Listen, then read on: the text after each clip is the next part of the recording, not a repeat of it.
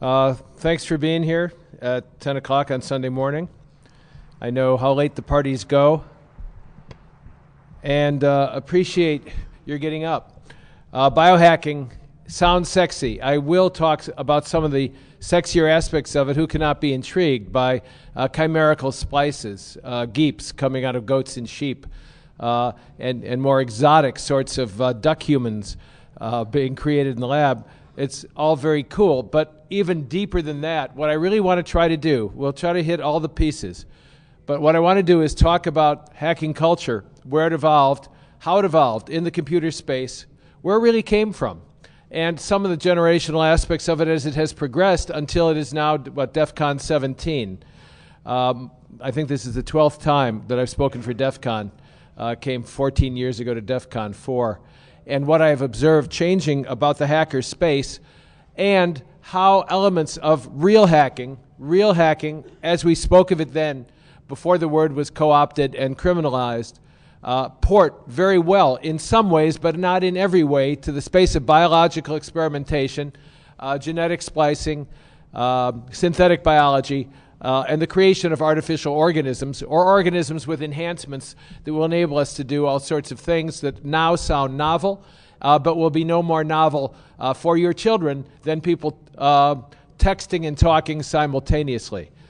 People will be doing several things simultaneously on multi-levels of consciousness, and I'm going to talk a little bit about how it is that the human brain, with its plasticity and extraordinary resiliency, can allow itself to hook up in current ways, using current evolutionary pathways, to adapt and integrate new kinds of senses which enable us literally to experience our humanity in a fundamentally different way, and this is just the beginning. So the pitch, there are going to be two pitches. One is, do not get stuck in mechanical engineering or electrical engineering or any kind of just engineering as if this is the end of the road of scientific evolution. This domain is kind of getting standardized, isn't it? Those of you who've been DEF CON for more than a decade, as I have noticed that things have become institutionalized and standardized, and we talk about things in a different sort of way. It's incremental now rather than revolutionary. It's new appliances, it's new exploits, but it's the same kinds of exploits, and its appliances maybe at a fractal level, just a different level of complexity and interaction. But it is the same kinds of problems. Whereas in biohacking, which needs your talents, it's really an open field. And you are hacking at a deeper level because you are hacking the organism itself and how it is that it thinks of itself as an organism, how it bees in the world, how it is in the world at a ground of being kind of level. And then you build attributes on top of that which rapidly become unconscious and background noise and unnoticed. So you are the last generation to be merely born. This is Brave New World territory in which conditioning and genetic engineering and its associated sister sciences are literally jumping off into a new evolutionary mode.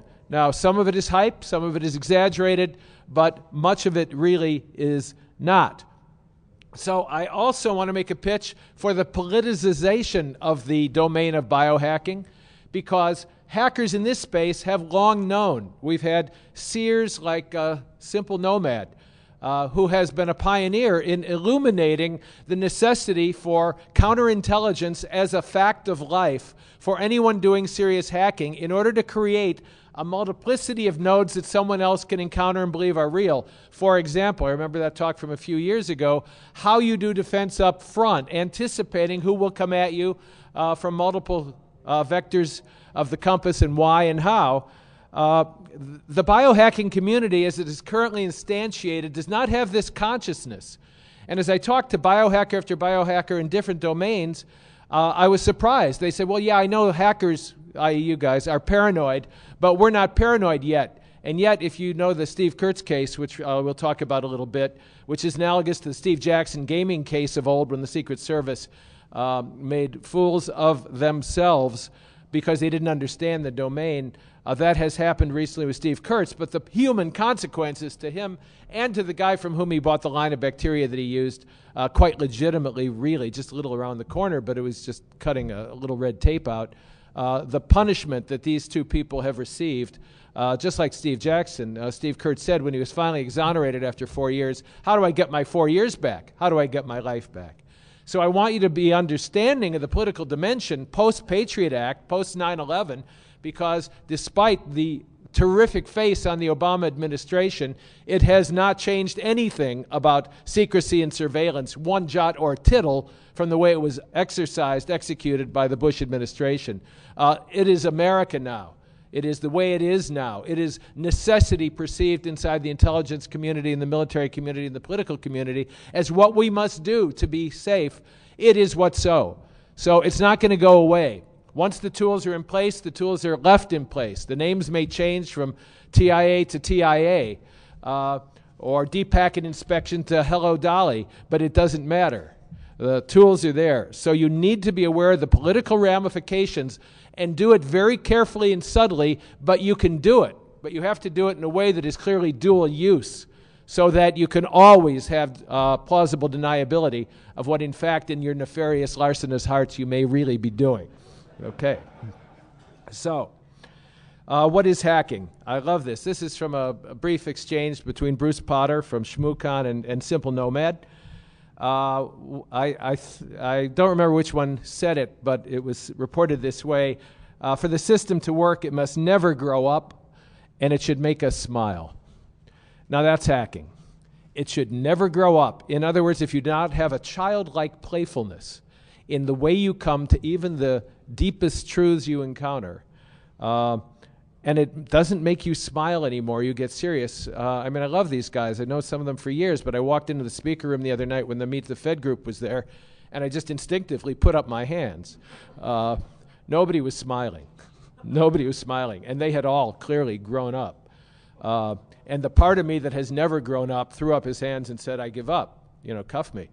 But they just said, hi. So I had given away a guilty heart. Hacking never grows up. Another way to think of it is the way E.O. Wilson, brilliant sociobiologist, said in Consilience, what is the hallmark of a scientist? It is passion and obsessiveness and daring. And this is the hallmark of a hacker. Passion, never stop. Never, ever stop. Obsessiveness, do you know one person who's interesting in any way who's not an obsessive compulsive? I don't. Because how else do you learn anything in a world of so many disciplines and so many domains?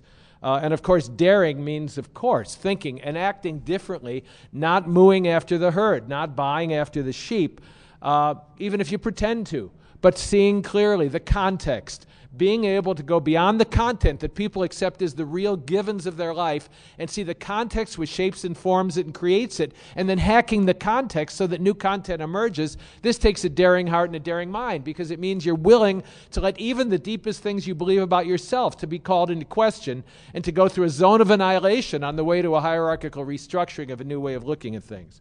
Or hacking could be said to be, as a friend at NSA said to me, he said, people are asking all the wrong questions, as you know. He said, these are the questions we should be asking.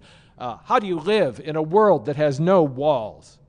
How do you live vibrantly? And how do you free the mind to see all these new things? So we get to the context of things. Matt Blaze said, the weakest link in the security chain is always the definition of the problem.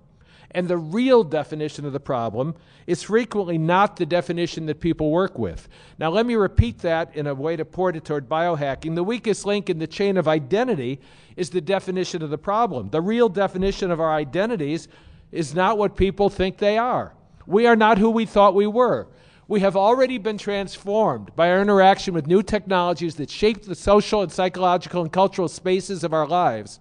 We have already become something different incrementally in this process that has been going on from the 60s, 70s, 80s, 90s, that only surfaces 10, 20, 30 years after the military applications that have been explored and examined in dual use research suddenly start to pop into the social space, like modafinil to keep you awake, originally developed to keep soldiers awake. And so many other forms of covert research, which is always dual use, because so much since World War II has been covertly funded one way or another for dual use. And that's why so much social science and science never quite reaches the bright light of peer-reviewed journals out here. So who we think we are is not who we, in fact, are becoming. And once we begin tinkering with our core organism identities, we will definitely not be who we thought we were. So how will you live fluently in the non-space of floating point identities, knowing that your experience of space-time itself, your cognitive perception, the percepts that come to you, you think, through your organism that you have thought as a given for so long, are not what you think, not the ones that people accept. It was long ago when an engineer talking about percepts rather than concepts. You know the difference, right? Concepts is what I'm talking about now.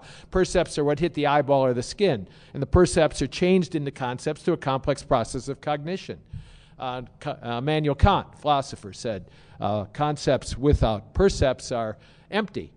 Percepts without concepts are blind. Well, what the guy at Georgia Tech said is what people believe are the percepts coming both to them and their computers are now manufactured or altered or inflected to be something other than what we think they are. The CIA calls it inference attacks. They're very effective. You don't deal with the concept, you deal with the building blocks of logic that people think are facts or data.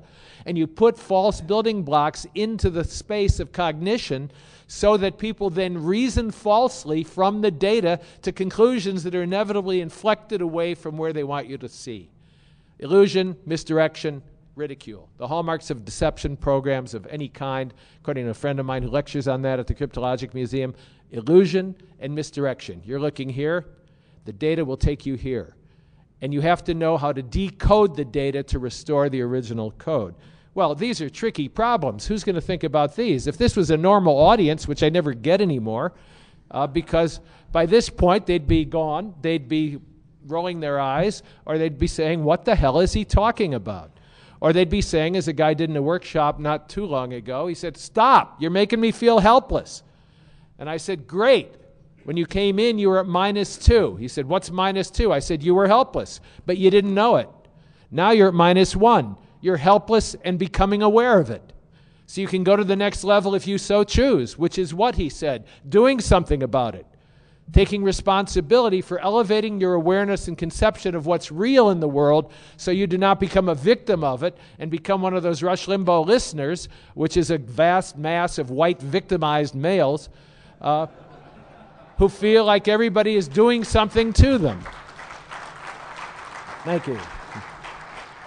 So, it's important to enter a space where you can be challenged to have to change how you perceive the context. I did that when I moved to Maui. When I lived on Maui, I found that the way as a haole is a white person, a ghost. They came off the ship in 1780 when Captain Cook came into the bay, and they said, haoles, ghosts. Well, not ghosts at all, armed ghosts. And there went Hawaii but ghosts nevertheless. And I learned going there that I had been socialized on the mainland to think in a very structured, abstract, cognitive way. After 1 or 2 years of working in ministry, which met with Koreans, Filipinos, Polynesians, Asians of all stripes, Japanese, Chinese, and being changed by every interaction with every other way of framing reality which a culture brings, I began to listen back here. So when I would go for an important conversation with someone, I would not bring up the reason I was there, nor would they address it, but when I left, I had the answer I had come to get. This is called high context. Instead of haole style, straight ahead, talk, talk, talk, they would just wait for us to get tired and stop talking and go away. And the one who waits wins. So you learn to listen with the back of your mind, where things come and are abstracted in a different way back in this part of the brain. That's the kind of thinking that's required when we start entertaining ideas of new notions of identity. For example, a wonderful article called Mixed Feelings talks about Udo Wachter, who in 2004, he was a sysadmin at the University of Osnabrück in Germany. He put on a wide belt, and it had 13 vibrating pads, like the things that make your cell phone vibrate. And on the outside, he had a power supply, and he had a sensor that detected the Earth's magnetic field. And whenever he was pointed north, there would be a buzzer would go off, and he would feel it, and he would orient to it. He said, I realized that my perception had shifted. I developed some kind of internal map of the city in my head. I could always find my way home. Eventually, I felt like I couldn't ever get lost, even in a new place, because he had adapted his body to channel the electromagnetic impulses that found true north into a part of his brain that could process those signals and add, in effect, a sense that some birds and other animals have, sensitivity to the electromagnetic field, like pigeons, and he could become a human with that. He became intuitively aware, just kind of knowing, back of the brain, where is my home, where is my office? Oh, it's over there. He didn't have to even think about it anymore. He noticed he was conscious of the direction of his hometown wherever he was, and in his dreams, he began to feel these vibrations moving around his waist as when he was awake, which tells us that he was internalizing and adapting this new way of sensing. It turns out that getting the senses in is not the hard part. Lots of gadgets detect things that humans were not evolved to experience. But to change the sensory data, the electromagnetic field or the ultrasound, the infrared, into something the brain is wired to accept, that's the trick, turning it into touch or sight or a kind of feeling for which we have no name. And the brain, as it turns out, has what we now call neuroplasticity. It is able to rewire itself in ways to channel what it does toward the intention you have to know. What you need to know is where the brain will grow the neurons, and we know this from, say, Braille. Someone who's recently blind, learning Braille, observe with neuroimagery the parts of the brain that pay attention to the fingertip sensations, and they just grow miles and miles of new connections and synapses. What you intend to know is what your brain will respond to. It's why back in the days when I was in ministry, we called it spiritual formation, but it goes like this. A friend of mine studied karate for years and years until it was so internalized he did it automatically. And one night he came out of a theater around midnight, was walking to his car down a dark street, and he felt a hand on his shoulder, didn't even have to think, turned around and broke the neck of a guy who turned out to be his friend, trying to say hello and stop him from walking away before he could say hello. And his lesson, he said to me, make sure that what you're doing is what you want to do. Make sure that what you're practicing is what you don't want to do when you don't have time to think. Because whatever it is you practice is what you will wind up doing when you don't have time to think. He had practiced karate, so he did karate in a crisis moment. If you practice learning to listen with different aspects of your brain to different channels of sensory data, this is basic to biotechnology because you see it not only starts to tell you some of the things you can think about, but it tells you more fundamentally, the more you do this, that the human organism and the way we are in the world is hackable. We didn't know that before. We didn't know that evolution itself could be tampered with in such a dramatic and intentional and definite way. So that's one of the things we are learning we can do. The brain is so much more flexible than anybody thought. It's like we had unused sensory ports, like extra USB ports, just waiting for the right plugins. And one aspect of biohacking is the willingness, decision, and obsessive execution of a plan to build those things so that we can use them. A wonderful guy named Paul Bacchirita, who's dead now, moved his team to the University of Wisconsin, and they came up with a new device that kind of fit on your tongue. It was a mouthpiece with 144 tiny electrodes attached by a ribbon cable to a pulse generator that induced electric current against the tongue. You could turn it up to whatever level was comfortable for you. It's like licking a wire that has a low current in it. They started testing the device on people who had damaged inner ears, and it restored their balance, because it gave them a data feed that was much cleaner than the one coming from the semicircular canals. And the effects lasted even after they removed the mouthpiece, because the plasticity of the brain had enabled them to build new channels to the sensory data coming in. And they could kind of tell by the feel on their tongue when they were upright, and they began to do it instinctively, intuitively, and without having to think about it. This is pretty cool stuff. The tactical situational awareness system, which was developed in the military, Navy flight surgeon. So you could tell where you were, up, down. You know, one of the major causes of air crashes at night is people get confused by the darkness and can't really tell if they're upside down or not. Tactical situational awareness system lets someone in the dark, it's actually about a quarter of the crashes at night, lets someone in the dark know if he's upright. And you know it. You know it the way you know you're looking up here, the way you're aware of light out there, the way you're aware unconsciously of all the things you've taken as inputs. When the original feel space, that guy in Germany, when that experiment ended, Wachter, the sysadmin who started dreaming in North, said he felt lost. He felt lost, as someone does becoming blind or deaf. His brain had remapped itself in expectation of the new input. He bought himself a GPS unit, which he glances at now obsessively, like a UFO witness always looking up at the sky, as if an anomaly is a repeatable event. My living space shrank quickly, he said. The world appeared smaller and much more chaotic.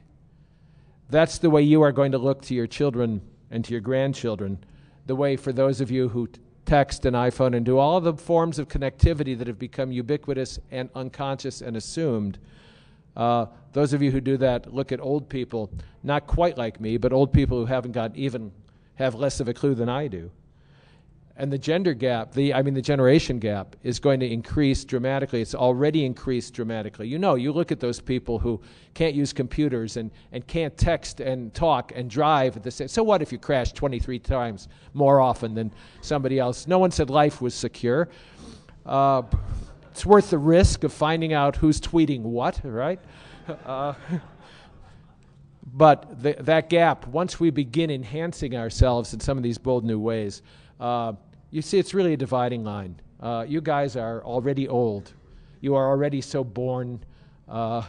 You're helpless in this new world of self-generated, self-defined, unless you get on board and port your hacking skills into that domain, and at the very least, mentor and train and assist the younger people who increasingly you might begin to notice think a lot faster than you do. You can't stop that. No amount of neuroplasticity can make you young again, but it can sure slow down the aging process. It sure can. So success in this is still a long way off. Our current sensory prosthetics are pretty bulky and low resolution, like those old 4-color monitors we used to get so excited about, or Pong monitors. But what we're looking for, and will find because we are human, is something transparent that you can forget you are wearing. I used to use this as a definition of technology. When it's invented and you put it on for the first time, it's miraculous to see technology-altered experience channeled to your brain through lenses that are artificial. That's what technology is. But after a while, you forget you're wearing glasses. And some of us have had the experience of looking around the house for our glasses while wearing them, because you so completely forget that you have a technologically assisted optical system going on, because it's not that anymore. It's transparent, you forget you have it, but it's not sensor technology. It's to understand more and more how the brain processes information and can learn to see the world with many different kinds of eyes. So when I go back to the talk I did in 1996, when I first came here, DEF CON 4, 375 people. It was called Hacking as Practice for Transplanetary Life in the 21st Century. It was pretty ballsy, but one of the glorious things about becoming older is you have a track record.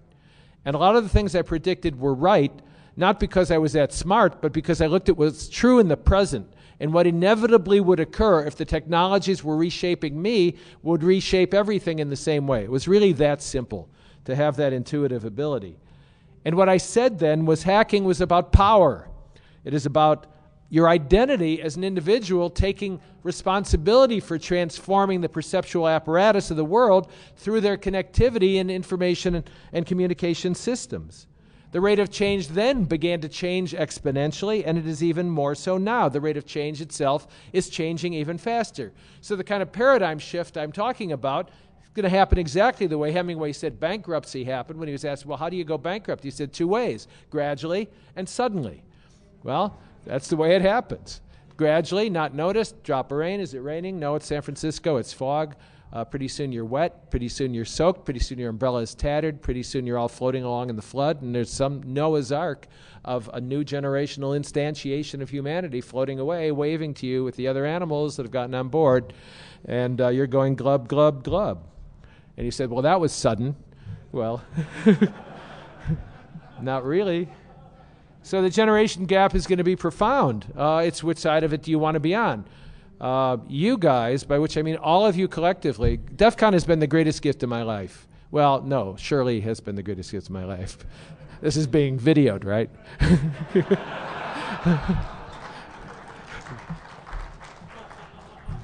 And those of you who know, the first marriage is practice. You find out what works, what doesn't work. Second marriage is the charm. But aside from that great gift and all the other great gifts, coming to DEF CON, where young people were willing to give me sufficient tutorage and mentoring, and I would try to tell people who were middle-aged, as I was then, 49 then, hat in hand, go to the people who are inventing this new world and ask questions and do it with humility, because you don't have a fucking clue what they're doing. And allow them to teach you. And go onto their spaces online and don't ask dumb questions. Do the same thing hackers do. Stay up all night learning what you can learn and go early and stay late and just be a learner again. Well, ad hoc learning is now the name of the educational trajectory for everyone. When my son declared an ad hoc major, everybody laughed at Northwestern. He was 19 then, he's 39 now. But the ad hoc major was because he wanted to create symbolic system studies and they didn't have one. So he took some courses from AI and some computer science, some math, some philosophy, some psychology, and he put the different courses together and called it that, and they approved it. And so what he really was instantiating the way everybody must learn now. Everybody, whether you're in an academic community or not, you must create your own system of education ad hoc, progressively through life, because the information and the data and the recontextualization of everything else connected to it is happening faster and faster. And so people are afraid. People are anxious. And the trick is what Fritz Perls, great Gestalt psychologist, said. He said, excitement is nothing but anxiety plus oxygen. So we're all afraid. Sure, we're all anxious in the face of radical change that threatens our very worldview. So what do? You pump it up. You use Jolt and Cola and amphetamines and whatever you can use, but you also use the excitement of passionate, obsessive knowledge-seeking in order to dominate some space and have control, at least over the other people who do not have much of a clue in your space. And then we have the joy of superiority, the joy of smiling smugly. We have the joy of smirking. We have the joy of swaggering around. We have the joy of looking down at them as if they're morons. This is not bought cheaply, this joy. You have to get good. But everybody I mentioned biohacking to says, God, that's scary. What if this? Well, evolution has been generating weird organisms for billions of years. That's scary to me, that we're not here by anything other than randomness, and that we happen to happen, and that something else, while we are talking, is happening to happen that may make our species an interim passageway, like certain hominids when we do Australopithecus or look at Lucy's bones or go back thousands and thousands of years and say, well, when did this shift and where did that get lost and why are there no Neanderthals? They were so recently. Well, visit a family reunion, you'll find some, but the species is gone. And we are probably as Homo sapiens, gone. But like every roadrunner off the cliff, we haven't looked down, so we don't know it yet. We can manage our own fear and anxiety and ramp it up by mastering the domain of change and taking the reins in our own hands. The difference, as I said, in the UFO space, everybody knows about UFOs, but people don't know that they know. There has not been an official instantiation of reality or knowledge by the powers that be. So even though everybody knew what I was talking about in that talk, everybody knows what they are. They've seen Larry King or UFO hunters or whatever, even on a simplistic level with lots of distortion and misinformation in it. Everybody knows what it is. But they don't know that they know. A while ago, Melissa Mahl, who had just left CIA, great agent, but something happened and she left the agency. She was going to do a talk for a conference I helped to organize on ethics and intelligence. And she was going to talk about rendition before it was popular and a movie. And she was going to talk about torture. And she was going to talk about our aircraft and what we did and so on. And then I remember sitting there glumly while she said, they gutted my talk. See, I wouldn't let me give the talk. Showed me. It's just all blacked out. You know what it looks like. And it wasn't that she was going to say anything new. Everything she was going to say had already been in the New York Times, Washington Post, etc. But if she said it, then it was real, officially real. So it was all right to let everybody know the stuff as long as they didn't know that they know it. And that official instantiation of knowing, that imprimatur of good housekeeping, seal of reality approval, is what enables people to take the reins in their own hands. And that's what I'm talking about hacking enables you to do. Well, when you look at biohacking, when you look at I've got a rush. I know I've been talking a little fast for some, but it's nothing compared to what's coming now. when you look at biohacking, you'll see that there's they have hacker bots. They're collaboratories. And you look it up online. Make a note of it, HackerBot. Look up HackerBot. See what kind of collaboratory biolabs or fabs they are building in order to do this work together in a collaboratory way. I'm going to skip ahead to, Freeman Dyson. You know Freeman Dyson. You can look him up online. I'm not going to repeat all the wonderful pithy quotes he has about how biotechnology is going to transform things. But one of the keys to him was, you remember when the president of MIT was from a biological background rather than an engineering background. That was a sign of the tipping point coming, because it meant that bioengineering, which is what it has now become, engineering the organism, not just the systems of communication, bioengineering, by the size of budgets, the size of the workforce, and the output of major discoveries, this is where you want to be. And even if it comes hard to you, as everything comes to me, if you immerse yourself in it, you will be able to port your current skills toward biological understanding, because you'll be amazed at how well they fit, but you're going to have to do a lot of work to ramp up, as everybody did when they came into the hacking space. The learning curve is steep at first, and it requires a commitment, that passion and obsessiveness. But Dyson predicted the domestication of biotechnology will dominate our lives during the next 50 years. Well, when we say 50 years, we mean whatever, because nobody knows what's coming. But he saw an analogy between John von Neumann's blinkered vision of computers as large centralized facilities and the public perception today of genetic engineering as something that pharmaceutical and agribusiness corps like Monsanto do. Part of this talk about the politicization of the domain is to take that power away, even as we work within their space. They cannot be allowed to set the agenda of patenting our very genes, our very essence, so that they own us the way they own genetically modified or engineered seeds, so that just as a farmer may find it impossible to legally plant the seed he himself has spawned, you may find it impossible to have a child with your own seed if your seed contains genetically patented information. That's a little stretch, I know, but you got to say these things to get you aware of what is really at stake. Freeman Dyson said, I can imagine people are going to have do-it-yourself kits to use genetic engineering, et cetera, et cetera. Well, kitification, as we call it, has already happened. You can buy lots of kits for both hardware and software and laboratory tools online. One of the reasons this is coming out now, 91 was the first bio-hobbyist magazine. How to grow your own skin cells, how to do some really weird, wonderful things with mice. They taught people how to capture mice. They taught people how to bring the mice in. And in the process of showing them how much benzene, for example, in a certain area where there was an oil spill, was in the mouse, people woke up to how much benzene and cancer-producing material was in them. In other words, by using an innocuous means, a dual-use means of calling what they were doing ecological health clinic, they could enable people to do some of the cool work themselves, like catching mice and analyzing them and bringing them in and seeing what happened to a mouse. And you could do cool experiments at home. It had the cool factor. Like, does a mouse prefer Prozac or Zoloft? Something that's occurred to everybody. So you have, because you are mice taking Prozac or Zoloft. We're very similar in organisms. What's the percentage? It's immense. Anti-anxiety, anti-depression. It's one of the things I hope I have time to talk about a little later, but I'll throw it out now. Who invented flatline as normative? Who voted? Did you vote? No, unless you're here for Big Pharma. You did not vote. Ted Turner said, I'm not taking my goddamn lithium. He says, every great idea I ever had was in my manic phase.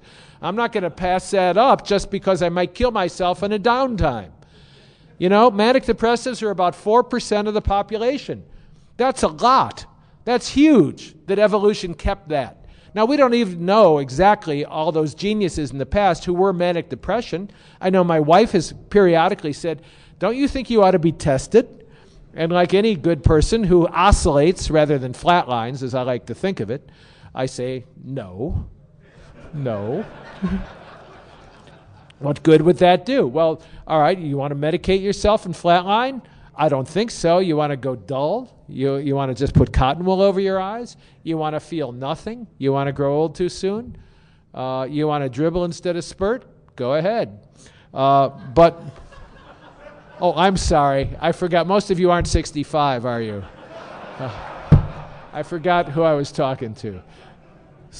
Can you back up the tape and Erase that.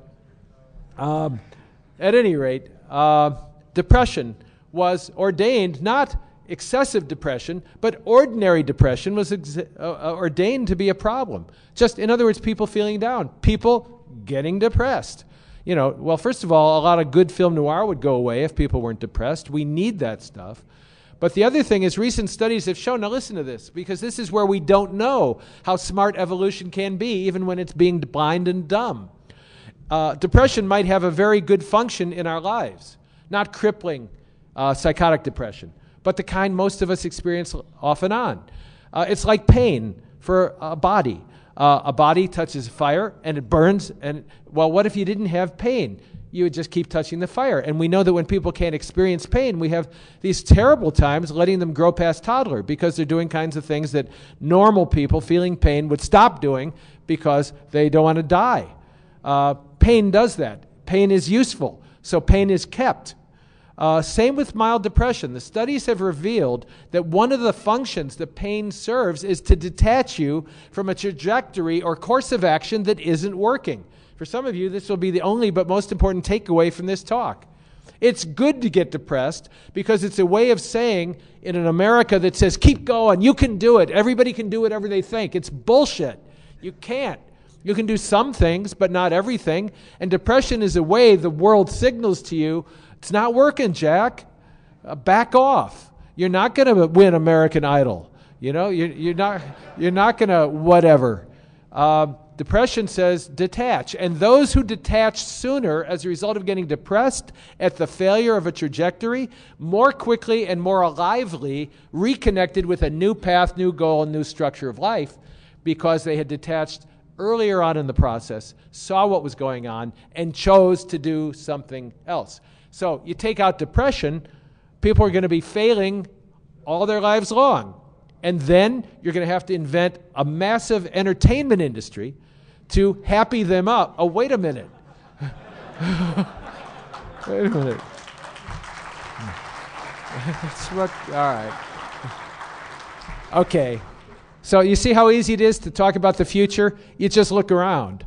And because most people live in the past, I sound like a futurist. It's great. Just open your eyes, get up an hour earlier, and you can make a living in America. It's great. So what kinds of things have evolved? Let me move quickly into the kinds of things that currently exist. iGEM, the International Genetically Engineered Machine Competition. It's the premier undergraduate synthetic biology competition. It's only a few years old, synthetic biology. We didn't know about it, the creation of new artificial structures of organism and life. It's very cool. Student teams are given a kit of biological parts at the beginning of the summer from the Registry of Standard Biological Parts. Go up and look at that. The Registry of Standard Biological Parts. And they use these parts and make new parts of their own design, cool, to build biological systems and operate them in living cells. iGEM began as recently as January 2003 with a month-long course at MIT. So it came out of academia. Where did hacking come out of? Well, the military-industrial complex, ARPANET, and the whole system built it. And then hackers stumbled into it, and Chaos Computing Club in the 70s moved into it, which is kind of where a lot of biohacking is now. It's kind of like where that was then. And then hackers, being young, thought they had invented computing, whereas what they had done is come into this vast, closed artificial space invented by the military and the intelligence and the corporate community, into which they wandered like mice finding Zoloft. By the way, mice prefer Zoloft, and they do not want Prozac. And you can design your own experiments with the mice you catch, and they literally, a recent study, the mice just went back for Zoloft again and again and again. And after one taste of Prozac, they stayed away. So maybe they were adolescent mice, and they realized the dangers. I don't know. Okay, so this year, how many iGEM competitions? There are going to be over 1,200 people in the games, 120 teams who will specify, design, build, and test simple biological systems made from standard interchangeable biological parts. It's just like hacking was in the old days when you learned MS-DOS or C or Linux or whatever. It's in academia, and they've done some very cool stuff. What have they done?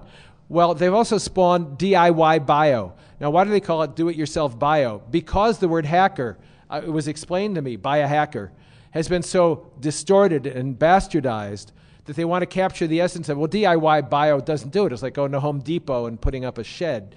And it's much more complex and requires more ingenuity, but it's really biohacking, but they don't want to even deal with the hassle of, oh, are you hackers? Are you going to change it? You know, it's just to go away.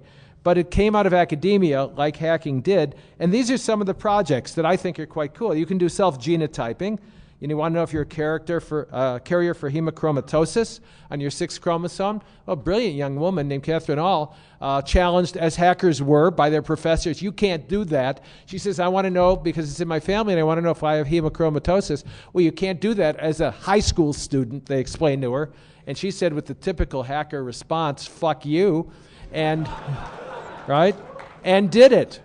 And she did it. And they said, wow, you are smart. And now she's at Massachusetts General Hospital. She went to MIT, and she's a very bright woman. But you can do that. She did it in high school on her own. 10 minutes. Yeah, good luck. The guys in the red shirt. The DEF CON Gestapo guys. Oh.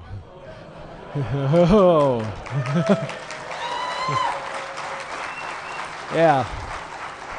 Yeah, like all smart-ass resistors, come back tomorrow after they let me out of the Iranian jail with no bones that are intact anymore. Yeah, I'm still against the government, but I can't walk. What else can you do? You can make stuff E. coli that smells like bananas or pineapple. What good is that? Because in the presence of toxins, which you've designed an organism to test, when suddenly something smells like bananas, you know it's got arsenic, or it smells like pineapple, you know it's got lead or melamine in it. And here's one that's the best of all. I think H. pylori is the 8th largest causer of death in the world, and one of these student teams developed a vaccine for it that's effective and workable. They're also making bacterial photography, and I hope I do have a minute to talk about the point of view of the artist, because let me just jump to this. There are 3 kinds of hackers that I have talked to. One comes out of academia and says, I'm going back to graduate school, because you can learn so much faster, so much more doing biological studies there, and then take that out. Another one said, and I quote, bullshit. He says, that's not hacking. He says, what good does it do if they give you a lab? What we want to do is build the components so you can download and create your own labs. And by the establishment of biofabs and collaboratories, share both hardware and information. He's working on a table that will enable you to learn, instructed by the table itself, as you proceed how to build the tools you need that enable you to do serious biohacking. Now, if you go to a site, I told him I wouldn't use their names, but his website is heybryan.org. That's Heybryan. You'll find a very, very brilliant young guy who says, listen, DIY bio is on the east and west coasts, you know, where those of you who live there think there is no other place. Started by people with internet like iGEM. He said, I'd like a lab, but nobody's going to give me a lab. It means we have to build it ourselves. Here's a hacker talking. The information is out there. You can bootstrap yourself. If you're not doing it, fine, but the tools we're making will help us bootstrap it even more. And that throws you back to, this is Weld Pond, as Chris Wysopa was known then. He said, you learn by doing, breaking into systems. Translate this to biology. Understanding the organism, building the tools, experimenting. You can't just read about it. You got to read code and write code. And we're talking about the genetic code, all of which is available and downloadable and in sequential form called BioBricks. So you don't have to invent the smell of banana or pineapple. All you have to do is go to BioBricks or Open Wetware site and download the component modules of genetic code that already will create that. See, the tools, you're not yet script kiddies, but you're getting closer. All the best hackers, he said, even can code, even if you code badly. When I say badly, I mean it's inefficient, it's unsustainable, it's hard to understand, it's not annotated, but who cares? It works. So you have to reverse engineer a piece of software you wrote. You have to reverse engineer the cellular processes. What do the bytes on the wire mean? If I tweak them, what happens? Yeah, the thing may jump out of the dish and eat your hand, but there's risk in everything, right? You know, and some of you blew up stuff. You know, and you go to a wonderful, this BIY, this Bio Hobbyist magazine. It was 1991. I mean, where you guys been? This 2009. And Natalie Jeremijenko talked about tree cloning. She's planted clone trees in the Bay Area and then in Reykjavik, because they do a lot of cool stuff in Reykjavik. And what is her purpose? Her purpose is for people to look at cloned trees and say, wait a minute, birds are landing in one, not in another.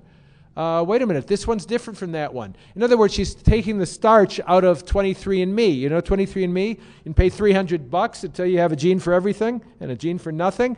It becomes useless to get the information predicated on the hype and the lie that the genome itself simply operates in a binary way, expresses this is expressed, this happened. It doesn't work that way. So she wants people to ask these questions. And by making public art, she wants hackers and artists, and in my view, ministers who are countercultural, to use all these tools. And now he said 5 minutes, so I'm going to rush through, and forgive me for doing that. Page. God, I was going to talk about all the cool stuff. I'm going to have to write this up, obviously, right? All the military stuff. All the military stuff that people are doing, because the issues are real. And as Max Kilger, a sociologist who did a great talk yesterday on Russians, said, the psychological impact is much greater than the body count. To know you're doing this out of this kind of material is what's critical. I talked about depression. I'm going to just mention I have a whole huge section on memory because, and how many of you are old enough to have had a colonoscopy? And admit it. Okay, thank you. Colonoscopy is where they keep you awake, put a great big long thing up, and you can stay awake and watch the screen. As I said, don't give me so much Versed. I want to both see and remember because it's so cool watching this snake with an eye. I said, well, what's that? And they said, don't ask. You know, it's like sausage. But it was cool, and I was polyp-free, so I'm good for 10 years. But most people are given Versed when they come out of a colonoscopy. A friend used to listen to people cry out. There was this doctor, and people should choose professions that they love. Well, he always started too soon because he didn't mind hearing screams of pain.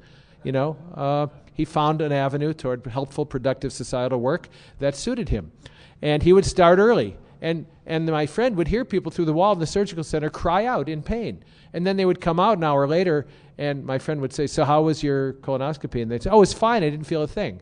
Why? Because Versed wipes out the memory. Well, I have a lot of other examples of what we're doing with memory. We're going to inflect them. We're going to change them. We're going to wipe them out. We're going to dull the emotional impact, as we already are, of traumatic memories. And, of course, people are going to do extreme things and then mitigate the memory to a modulated level that will enable them to still get a buzz and remember, but not so much that they're shut down by post-traumatic stress and on and on. But, as I say, a whole thing about memory and identity. Blade Runner, right? Your memories. You're talking about memories. If you aren't who you think you remember yourself to be, which constitutes the bio-bricks of yourself and its construction from within, who the hell are you? You're who they made you to be. And what else is propaganda and the whole management of perception in that whole space but the management of collective memory? The management of memory. A friend, we were talking outside just now, and he correlates events like 4 Days of Paris Hilton or Michael Jackson with what's really going on in the world and why no one hears it in the face of all that noise. And there's a correlation. There's a very, very real thing going on. So, all right, let me race ahead to what this person said. Your talk, she said to me, is about what it takes to structure participation in the biohacking community, to realize open data exchanges, open methodologies. Yeah, that happens in scientific peer-reviewed communities, but they have been hijacked by powerful interests. So what can an artist do in the biological community in biohacking that has an important role similar to that played by the hacker?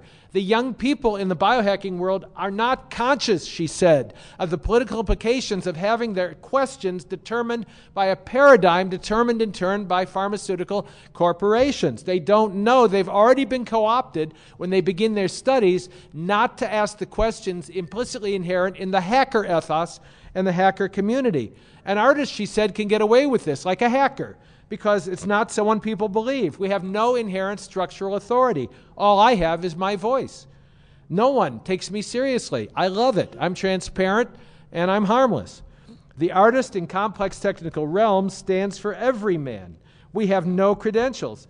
This is an important role for the hacker and the artist and the writer to play, because it will demonstrate the failure of the corporate promise to deliver a medicalized view of biology, which is atomized and individualized, as 23andMe purports to tell you that you're just one thing. When you shift that whole conversation to the domain of ecological health, people begin to wake up to the fact that the environment is what creates their health, and if these are the inputs, then these are going to be the results, and hey, what can I do to change that?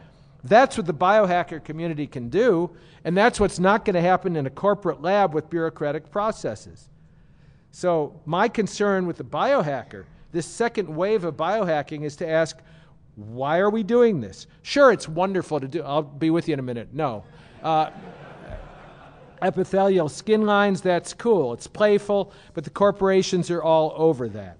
She says there is more power in a motley collection of interested artists, hackers, and questioners than the corporate model. We all know that to be true. I'm on the last sentence. The question is how to create opportunities for this to be demonstrated. And so I will conclude with this quote from George Bernard Shaw. This is it. Okay, you go, man. Okay. Okay. This is the true joy in life. This is an old man's wisdom. Listen, goddammit. This is the true joy in life, to be used for a purpose, recognized by yourself as a mighty one, to be a force of nature instead of a feverish, selfish little clod of ailments and grievances, complaining that the world will not devote itself to making you happy. My life belongs to the whole world. As long as I live, it is my privilege to do for it whatever I can.